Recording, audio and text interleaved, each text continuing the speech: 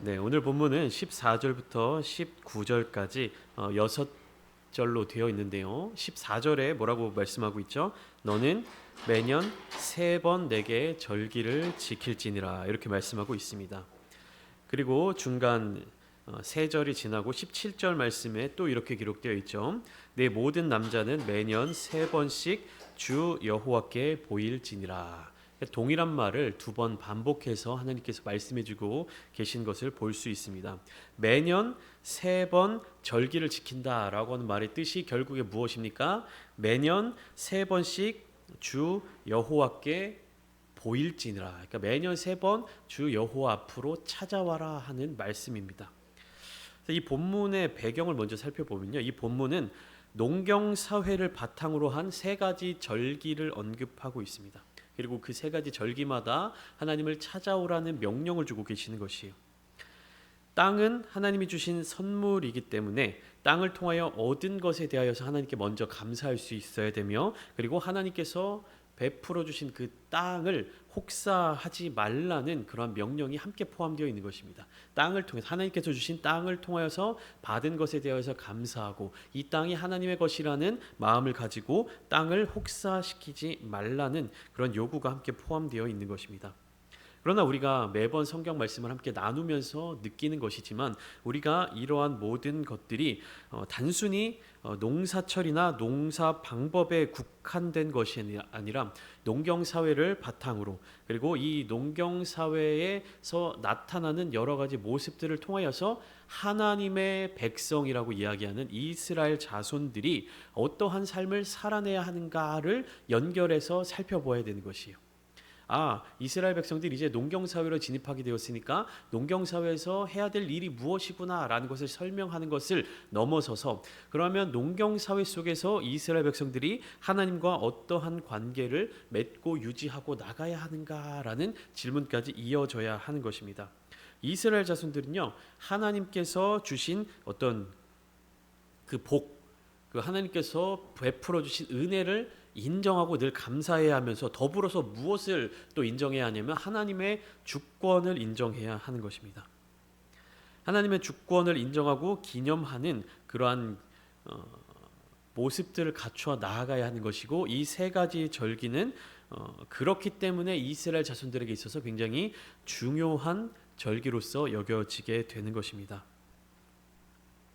하나님의 백성들은 자신에게 주어진 삶을 살아가면서 그 안에 반드시 행해야 하는 모습들이 있습니다. 그것이 무엇이냐면요, 하나님을 예배하는 모습을 갖추어야 한다는 것입니다. 하나님의 백성이다, 내가 하나님의 백성이다 라고 이야기하는 사람들은요, 반드시 그의 삶 속에서 하나님을 예배하는 모습을 갖추어야 합니다. 내 삶의 주인이 누구인가? 내 삶을 누구의 뜻대로 살아가고 있는가의 여부가 바로 이 하나님의 백성을 가르는 가장 중요한 질문이 될 수 있습니다. 그렇기 때문에 내 삶의 주인이 누구인가라는 질문을 다른 모양으로 바꾸어서 보면 어떤 내용이냐? 예배를 무엇으로 생각하느냐라는 질문으로 바꿔볼 수 있어요. 여러분의 삶의 주인이 누구십니까? 라고 제가 질문을 드릴 수도 있죠. 근데 이 질문을 어떻게 또 바꿀 수 있냐면, 여러분들은 예배를 무엇으로 생각하십니까? 라고 질문을 바꾸어서 드릴 수가 있는 것이에요. 그러면 그 2가지 질문에 대한 대답이 공통된 속성이 들어가 있어야 한다라는 것이죠. 우리가 보통 예배라고 하는 이것을 정의할 때 어떻게 생각을 하냐? 정해진 시간에 정해진 장소에서 행하는 어떠한 의식으로 생각할 수가 있습니다. 오늘도 마찬가지로 수요일이면 저녁 7시부터 함께 찬양하고 말씀 나누고, 어디에서요? 바로 이곳 교회 건물 안에서, 그러니까 정해진 시간에 정해진 장소에서 매주 반복하여서 드리는 어떤 의식, 이것을 우리는 예배라고 생각할 수 있습니다. 물론 이것도 예배이지만 이것은 예배의 사전적 정의와 우리가 그렇게 판단할 수 있는 어떠한 모습이 될 수는 있지만, 예배의 진정한 의미를 다 담지는 못하는 것입니다. 그러니까 예배라고 하는 것, 다시 말하면 예배라고 하는 것은 정해진 시간에 정해진 장소에서 모여서 행하는 의식을 넘어서는 그 무엇인가 있다라는 사실이에요. 특별히 이 코로나 시기를 지나면서요, 정해진 시간과 정해진 장소에서 드려지는 의식 혹은 드려지는 그런 예식이라는 이 요소마저도 사라져 버렸어요. 그러니까 코로나 이전까지는 그래도 우리가 예배라고 하는 것에 대해서 어떤 장소적 상징성, 그리고 그 예배의 순서 안에 담겨져 있는 그런 행사적 요소들을 우리가 기억할 수 있었는데, 이 코로나 시기를 지나고 사회의 어떤 문화적인 부분들이 바뀌고 변화되면서 이제 오늘날 우리 기독교 내에서, 교회 안에서 예배가 무엇입니까? 라는 질문에 대해서 들을 수 있는 답변들이 굉장히 다양해졌다라고 하는 것입니다. 그러니까 핵심적인 예배 요소들이 점점 사라져 가고 있는 것처럼 여겨지는 거예요. 왜냐? 그 전까지는 예배의 핵심적인 요소를 무엇이라고 생각했기 때문에, 정해진 시간과 정해진 장소라고 생각했기 때문에. 제가 부교육자로서, 부목사로서 사역하면서 이러한 경험들을 했습니다. 성도님들하고 신방을 하고 여러 가지 대화를 나누는데, 코로나 시기였어요. 그러니까 어떻습니까? 예배의 모양들이 많이 바뀌게 되었죠. 비대면 예배가 개설되었고, 현장 예배 가운데에서도 서로 어떤 거리를, 막 그때 말도 안 되는 이야기들 많이 했죠. 2m 간격을 두고 앉아야 되느니, 뭐 이런 여러 가지 모습들이 있었는데, 한 이제 집사님과 대화를 하면서, 전화 통화를 하면서 이런 이야기를 들었습니다. 목사님, 제가 주일 오전 예배 시간에 이번 주 예배를 잘 드렸다는 거예요. 그래서 주일 오전 예배 시간에 온 가족이 모여서 함께 예배를 드렸습니다. 이번 주일에 우리 가족들끼리 어디 여행 갈 일이 있어서 강원도 속초에 가는 그 차 안에서 우리 가족들이, 온 가족이 다 함께 시간을 맞추어서 예배를 드렸습니다. 이렇게 이야기를 하는 거예요.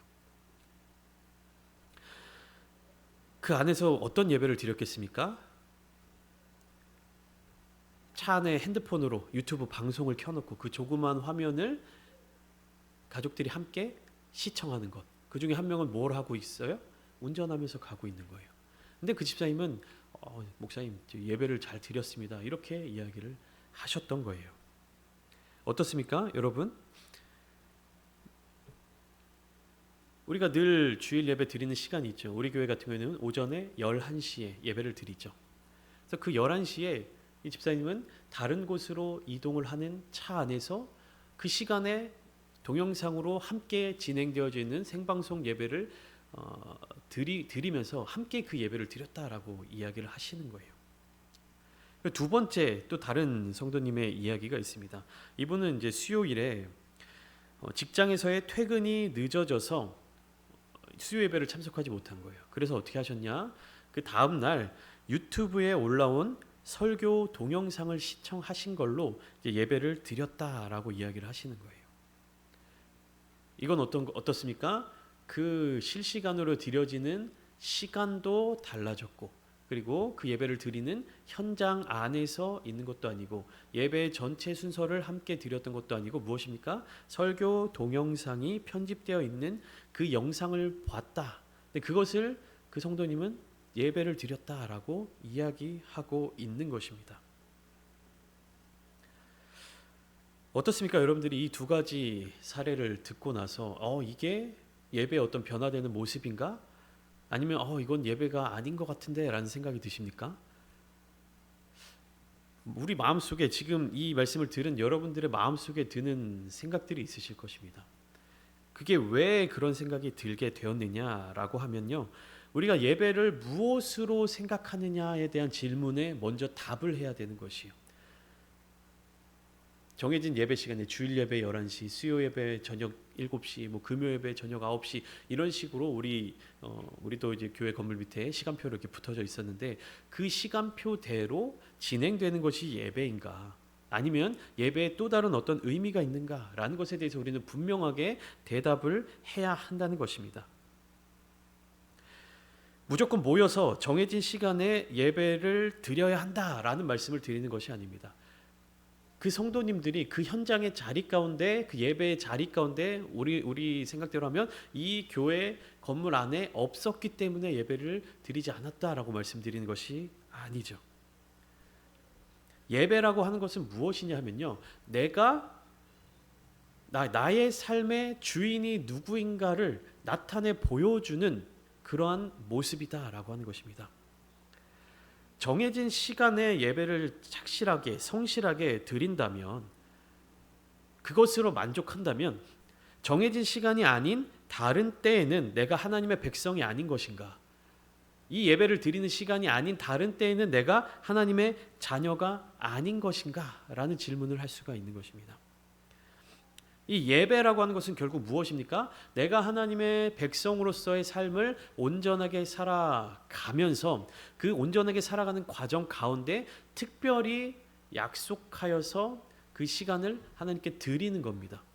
다시 말하면 내 삶의 주인이 나로서, 그러니까 내 삶의 주체가 나로서 내가 내 뜻대로 살아가다가 그 정해진 예배 시간 가운데 내 뜻과 내 의지를 가지고 그 예배를 드리는 것이 아니라 무엇입니까? 나의 삶의 주권이 하나님께 있고 내가 그 평생의 삶의 자리 가운데 하나님의 주권대로 살다가 특별히 정해진 시간, 그 시간 가운데 하나님의 자녀된 자들이, 하나님의 백성된 자들이 함께 모여 하나님께 영광을 돌리는 것이 예배의 자리인 것입니다.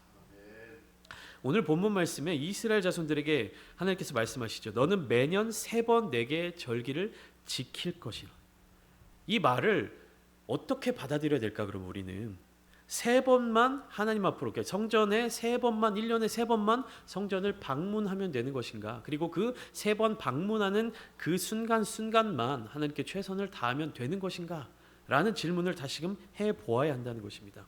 무교병의 절기를 어떻게 지켜라, 맥추절을 어떻게 지켜라, 수장절을 어떻게 지켜라 라고 하나님께서는 성경 이 말씀을 통해서 이렇게 말씀하고 계시는데, 그러면 이 유대인들이 집중하고 주목해야 되는 것은 무엇입니까?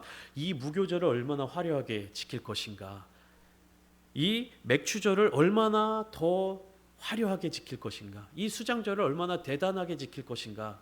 오늘이 또 석가탄신일이죠. 불교의 그런 기념일인데, 저희가 오늘 외출했다가 집에 돌아가는 길에 집 근처에 서광사라고 하는 절이 있는데요. 그 큰 넓은 도로에 양쪽으로 완전히 차들이 그렇게 주차되어 있는 모습을 봤습니다. 도로를 점유해서 주차하고 있는 모습을 봤는데요. 얼마나 그 불교에서도 이 1년에 한 번씩 하는 이 행사를 엄청나게 준비하고 그렇게 했겠습니까? 그러니까 이 3가지 절기, 명절에 관하여서 하나님 앞에 이렇게 하나님께서 절기를 지켜라라고 말씀하시는 것에 대해서 이스라엘 자손들이 이 3가지 절기를 얼마나 대단하고 훌륭하게 지켜내느냐에만 집중하면 안 된다라는 것이죠. 이 3가지 절기를 지키는 것의 그 배경, 나의 삶의 중심이 어디에 있는가라는 것을 반드시 깨달아야 한다는 것이에요.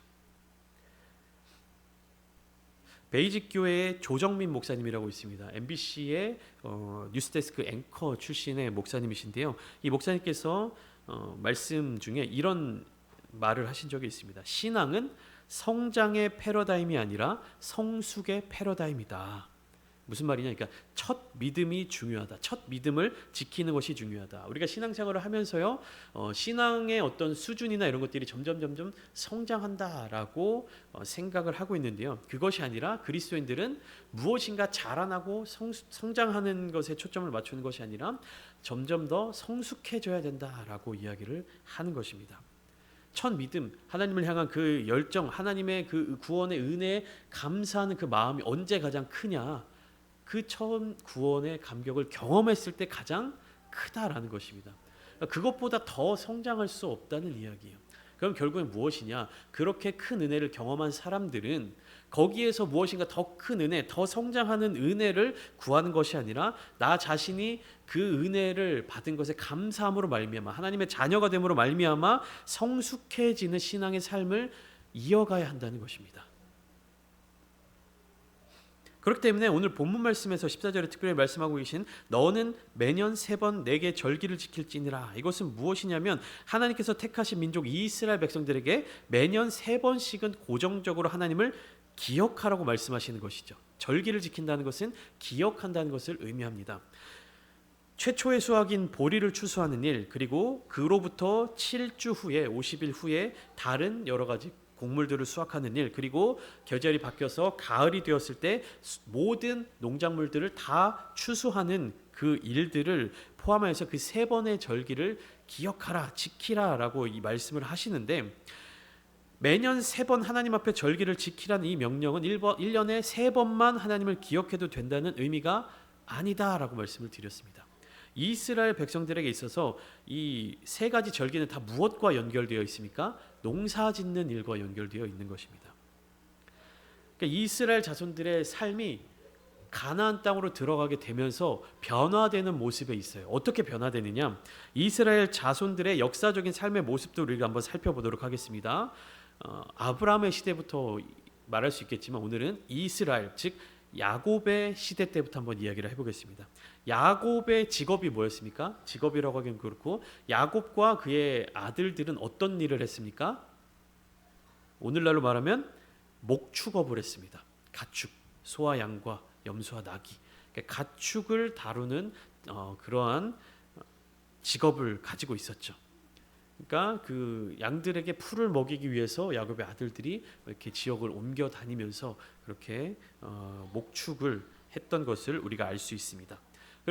그랬던 야곱의 가족이 애굽으로 이사하게 되면서 수많은 시간들이 흘렀습니다. 그 흘러가는 시간 과정 가운데 이스라엘 자손들은 어떤 일을 하게 되었습니까?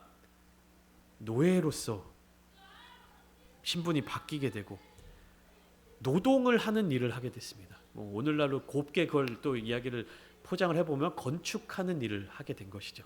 그러니까 노동을 하게 된 것이, 노역을 하게 되었습니다.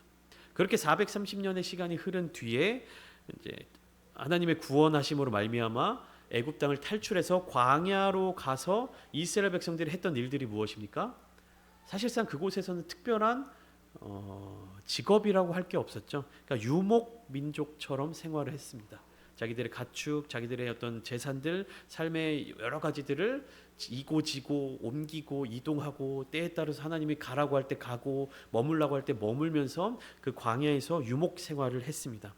그렇게 수백 년의 시간들이 다 흘러나오고 하나님께서 약속하신 가나안 땅에 딱 들어가게 되면서 이스라엘 자손들이 해야 하는 일, 그러니까 생업으로 삼아야 하는 일이 무엇으로 바뀌게 된 거예요? 농사하는 일로 바뀌게 된 것입니다. 농사하는 일로 바뀌게 되었다라는 것은 무엇이냐? 이스라엘 자손들이 그동안 전혀 경험해보지 못한, 한 번도 해보지 못한 일을 해야 한다라는 뜻이 됩니다. 그 전에 자기들이 생업으로 삼지 못했던, 전혀 낯설었던 새로운 어떤 영역에 도전하게 되었다라는 것입니다. 이제 이스라엘 자손들은 가나안 땅에서의 삶을 시작하면서 그 중심을 하나님께만 두어야 되는 것이에요. 자, 새로운 삶의 환경이 시작됩니다. 근데 그 새로운 삶의 환경 가운데 어떻습니까? 이스라엘 자손들이 가나안 땅에 들어갔는데 그 가나안 땅이 비어있는 땅이 아니었습니다. 가나안 원주민들이 살고 있었습니다. 그 원주민들의 삶의 모습을 보니까 그 사람들은 이미 그곳에서 농사를 짓고 있던 사람들이에요. 그럼 이스라엘 자손들이 새로운 땅에서 새로운 농사를 시작해야 되는데 무엇이 눈에 들어옵니까? 가나안 땅의 원주민들, 그 이방 민족들이 농사짓고 있는 모습을 보게 되는 것이에요. 근데 그들이 농사짓는 모습들은 다 무엇과 연결되냐 하면 이방 나라들의 문화, 그리고 이방 나라들의 종교와 혼합되어 버리는 거예요. 그들은 그런 농경 시대를 수백 년간 혹은 수천 년간 이미 살아왔기 때문에 그곳에 뿌리 내린 어떤 문화, 그리고 그곳에 뿌리 내린 종교적인 신앙적인 그런 모습들이 있었다라고 하는 것입니다. 그 자리 가운데 이스라엘 자손들이 한 번도 농사 지어보지 못한 그 이스라엘 자손들이 그 가운데로 들어가게 되는 것이에요. 이스라엘 자손들은 왕 같은 제사장, 그리고 거룩한 나라가 되어야 하는 사명을 가지고 있었습니다. 이 이스라엘 자손들이 거룩한 나라가 되기 위해서는 어떻게 해야 되냐면 내가 거룩해야 되며 내가 그 거룩함이 변질되지 않아야 되는 것이에요. 중심을 굳건하게 잡고 있어야만 합니다. 그런데 우리가 생각을 해보면 농경 시대에 있어서 가장 중요한 것이 두 가지가 있는데요. 무엇인지 기억나십니까? 첫 번째는 많은 열매를 맺는 겁니다. 농사가 잘 되는 것. 그리고 두 번째는 많은 자녀들을 갖는 것입니다. 작년 맥주감사주일날 함께 나눴던 말씀인데요. 기억나실지 모르겠습니다. 농사가 잘 되는 것과 많은 자녀를 갖는 것이 가장 중요하다라고 말씀드렸습니다. 첫 번째, 농사가 잘 되는 것은 부요해지는 것입니다. 그때 당시에 농사가 잘 돼서 열매를 많이 맺는다라는 것은 그만큼 내가 갖게 되는 것이 많아진다라는 것이고요. 자녀들을 많이 낳아야 된다라는 것은 인적 자원, 그 일을 할 수 있는 일꾼들, 그리고 그 재산들을 지킬 수 있는 어떤 인적 자원들이 확보되어 있는 것이다라는 이야기였습니다. 이 말은 결국에 이스라엘 자손들이 먹고 사는 문제와 직접적으로 연결되는 요소들인 거예요. 그렇기 때문에 이스라엘 자손들은 이 먹고 사는 문제에 더욱더 집중할 수밖에 없습니다. 근데 좀 전에 말씀드렸듯이 이스라엘 자손들은 그 이전에 가나안 땅에 들어가기 이전에 40년 동안 광야에서 방황하고 있었고요. 그 이전에는 430년간 애굽에서 삶을 살았고 수많은 시간을 애굽에 종살이를 했던 사람들이죠. 그러니까 농사에 대해서 관심을 가지고 농사를 짓고 살아가야 함에도 불구하고 그 문제에 대한 해답을 갖지 못한 사람들인 거예요. 그 해답을 어디에서 찾아야 되는 겁니까? 하나님께로부터 찾아야 되는 것이에요. 그런데 이스라엘 자손들은요, 그 해답을 하나님께서 찾지 않았습니다. 하나님께만 답을 찾지 않았어요. 이스라엘 자손들은 거룩함으로 굳건하게 중심을 잡아야 하는데 그러지 못했던 것이에요. 그렇기 때문에 하나님께서 이스라엘 자손들에게 이 세 가지 절기에 관한 법을 제정해 주시면서 너희가 가나안 땅에 들어가서 그러한 삶의 모습들이 변화되게 될 텐데 이것을 기억하여서 너희의 중심을 굳건하게 잡고 있어라 라고 말씀을 하시는 것입니다. 이스라엘 백성들에게 있어서 그들 스스로가 무엇을 선택하느냐가 굉장히 이제 중요하게 되었습니다. 오늘 본문에 나타나는 이스라엘의 3대 절기는 모두 농경사회를 중심으로 그것을 바탕으로 하고 있다라고 말씀을 드렸습니다. 그렇기 때문에 우리가 지난 시간에 함께 나누었던 출애굽기 23장 10절부터 13절까지 말씀을 보면 안식일과 안식년에 관한 이야기에서부터 바로 이 세 가지 절기로 이어지고 있는 것을 알 수가 있습니다. 그러나 이 세 가지 절기는 단순히 보리 추수 혹은 밀 추수나 이런 농사철이나 농법에 국한된 것이 아니라 농경사회를 바탕으로 하나의 국가로서 출범하는 이스라엘 자손들이 자신들의 정체성이 하나님께 있음을, 하나님의 백성이라는 것을 반드시 기억하게 하는 그 계기가 된다라는 것입니다. 이스라엘 백성들이 가나안 땅에 들어가서 가나안에 살고 있던 이방 민족들과 함께 섞이게 된다면 그들로부터 농사의 어떤 기법을 배우고 그들로부터 농사에 필요한 어떤 도구들을 빌리게 되고 그것을 참고하게 되고 실제적으로 이스라엘 백성들의 눈앞에서 그들이 농사를 짓고 열매를 수확하고 있는 모습들을 목격하면서 그들의 마음이 어디로 빼앗길 가능성이 많아진다는 겁니까? 이방인들의 삶의 모습들로 빼앗겨질 가능성이 많아지는 것입니다. 그들 스스로 자기들의 거룩함을 인식하고 유지하지 않는다면, 그러니까 이스라엘 자손들은 이 절기들을 지키며 이 절기들을 통하여서 여호와 하나님을 계속해서 기억해야 하는 것이요. 그들의 삶이 이제 무엇으로 바뀌었기 때문에 농사짓는 삶으로 바뀌었기 때문에 내가 농사는 계절, 절기와 날짜와 그 기간에 따라서 해야 될 일들이 정해져 있잖아요. 그러니까 내가 씨를 뿌릴 때 혹은 밭을 경작할 때 그것을 경작하면서 옆을 보지 말라는 얘기입니다. 이방인들, 이방 나라, 그 우상을 섬기는 그 가나안 백성들이 무엇을 하고 있나를 보지 말라는 것이에요. 내가 농사를 지으면서 옆에 이방 나라를 보면서 저기는 무엇을 어떻게 하고 있네? 어떻게 수확하고 있네? 어떤 열매들을 맺히고 있네? 이것을 보지 말고 무엇을 보라는 겁니까? 하나님을 기억하는 거예요.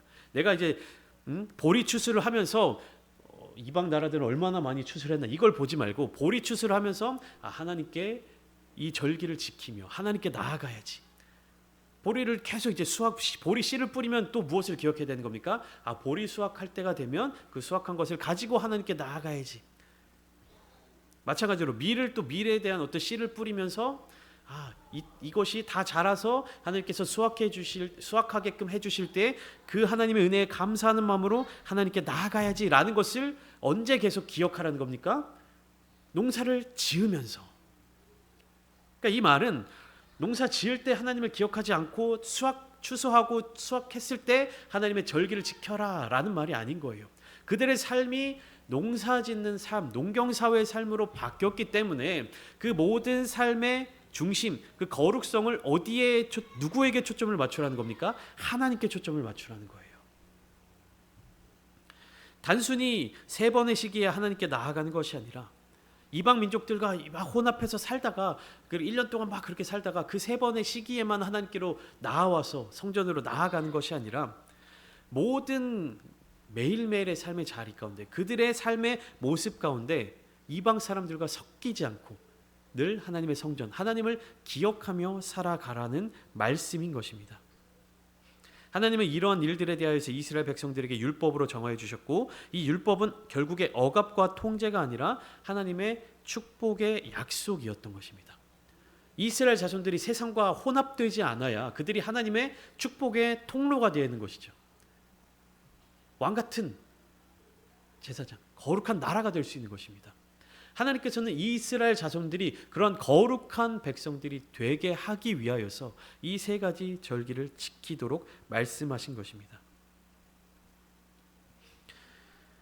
이스라엘 백성, 지금까지 계속 나누었던 이스라엘 백성들에게 주어진 율법들, 규례와 율례들, 이 모든 것들은 결국에 이스라엘 자손들을 억압하기 위한 그러한 제약이 아니라 이스라엘 백성들이 더 큰 복을 누리기 위한 하나님의 그 축복의 약속을 기억하기 위한 수단들, 그러한 방법들이었다라는 것입니다. 이스라엘이 하나님과 더불어 갖고 있는 관계의 핵심적인 부분들이 바로 이 절기들에 담겨 있다라는 것입니다. 그렇기 때문에 1년에 3번 하나님 앞에 절기를 지킨다라는 의미는 정확하게 그 시기마다 어떤 행사를 치르고 어떤 일을 행하고 어떤 순서에 따라서 무슨 역할들을 감당해라 이러한 의미가 아니라 날마다의 삶의 자리 가운데 하나님의 역사하심을 기억하고 하나님의 거룩한 백성으로서의 삶을 지켜가라는 의미입니다. 하나님을 향한 신실함은 일상생활 속에서의 어떤 정의 그리고 성실하게 행하는 일과 분리되지 않는 것입니다. 사랑하는 성도 여러분, 우리가 지금 이 시간 함께 모여 예배를 드리고 있죠. 그러면 어떻습니까? 우리가 우리의 일상생활의 삶의 자리 가운데서, 직장에서, 가정에서, 또는 학업 가운데서 살아가다가 이 시간이 되어서 하나님 앞에 나아오죠. 그러면 일상에서의 삶의 시간과 이 예배 드린 시간이 분리되어 있지 않는 것입니다. 이 예배를 드리기 위해서는 이미 어떻습니까? 만약에 오늘 하루는 휴일이었기 때문에 가정에서 계신 분들도 있고요. 또 외출했다 돌아오신 분들도 계실 텐데 이미 오늘 예배를 드린다라는 것을 알면 어떻습니까? 오늘은 예배 드리는 날이지. 오늘 저녁에는 예배 드리러 가는 날이지. 예배 드리러 가기 위해서 내가 오늘의 삶의 일정들을 어떻게 소화해야 되는 것이지. 그리고 한 주간의 삶을 살아가면서 내가 주일에 예배를 드리기 위해서 한 주간의 삶을 어떻게 살아가야 되는 것이지. 이런 것들이 우리의 삶의 자리 가운데 자리를 잡아야 한다라는 것입니다.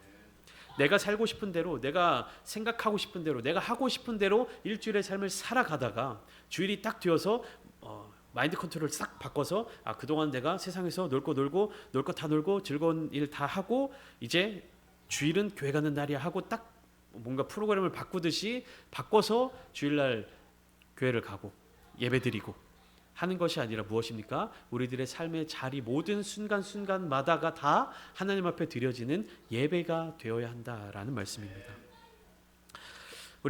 우리 아름다운 창대교회에 속한 모든 성도님들의 삶의 자리 가운데 그리고 가정 가운데 직장 가운데 관계하는 모든 공동체 가운데 하나님의 이 은혜가 충만하게 부어지기를 소망합니다. 하나님께서 기억하라고 하신 것은요, 복을 내려주시기 위함입니다. 거룩함을 통하여서 하나님의 거룩한 나라가 되게 하기 위함입니다. 그렇기 때문에 우리들은 그것을 통해서 날마다 하나님을 기억해야 하는 것입니다. 여러분들의 삶의 자리 가운데에서 날마다 하나님을 기억하고 날마다 하나님과 동행하시기를 축복합니다. 그럴 때 하나님께서 주시는 은혜로 살아갈 수 있음을 믿습니다.